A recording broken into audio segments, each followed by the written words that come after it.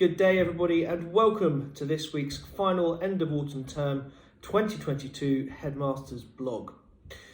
Well, I'm not going to be sat here too often in years to come reflecting upon a term which has seen a new monarch and a new Prime Minister, but that is exactly the situation I find myself in today. It really is quite strange to reflect back to those sunnier climes in September when we all started here at the outset of the academic year, and just how much has changed in our day-to-day lives and how much of that has been just beyond our control.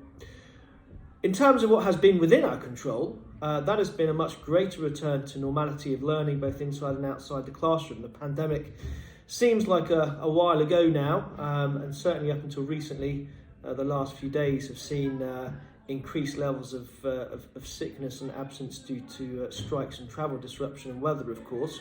But prior to that, it has been a term much more akin to that which we were used to, with plenty of activities, sports, and of course co-curricular events supplementing the learning and teaching that goes on in the classrooms. And it has been very, very joyful to see things relatively back to normal. And of course that remains plan A for January, and there's no reason to think that anything else should contend in the meantime. Yesterday, it was a shame that we had to push back our carol service to the afternoon. I know that the boys and girls were very much looking forward to performing to their parents, grandparents and other family and friends, but in the light of the adverse weather conditions, the treacherous ice, it just seemed counterproductive to take any unnecessary chances, and therefore I'm afraid you will have to make do with some of the pictures from that event in the newsletter.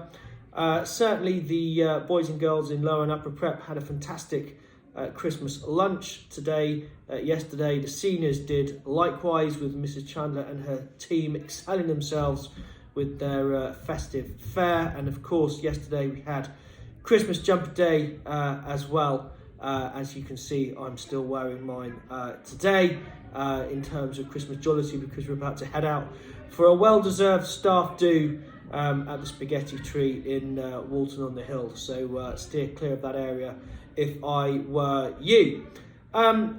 This term's value has been all about respect, and that never ever really sort of loses its importance. We talked to the boys and girls in final assembly this morning about what that means, about starting with respect for yourself, being able to look in the mirror and knowing that you're going to give each and every day your very best shot in terms of treating other people the way that you would like to be treated.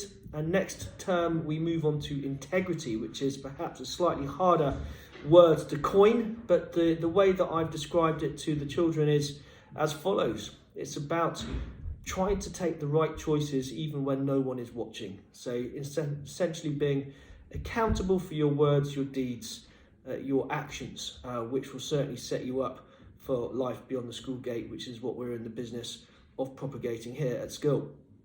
I also bade farewell to some of the teaching and support staff who are moving on at the end of this term.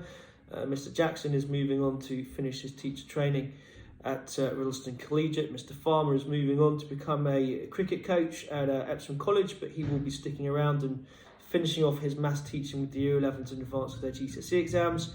Miss Foster is relocating to Somerset and is taking up a new position at All Hallows School. And Mr. Hendry is changing career and moving into sales.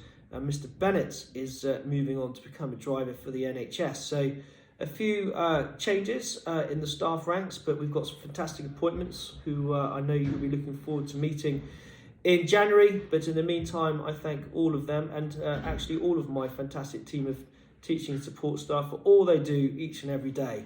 This really is an environment where every boy and girl can come into school, feel happy and valued, and then that helps them to make, I think, progress the like of which they perhaps never believed was possible. I'm incredibly proud that is the sort of achievement that this school can do with boys and girls of different ages and abilities. Long may it continue. I'd like to finish with a few words that I read out to the school this morning in assembly. It's my favourite Christmas poem. Christmas Wish by Myra Scoville.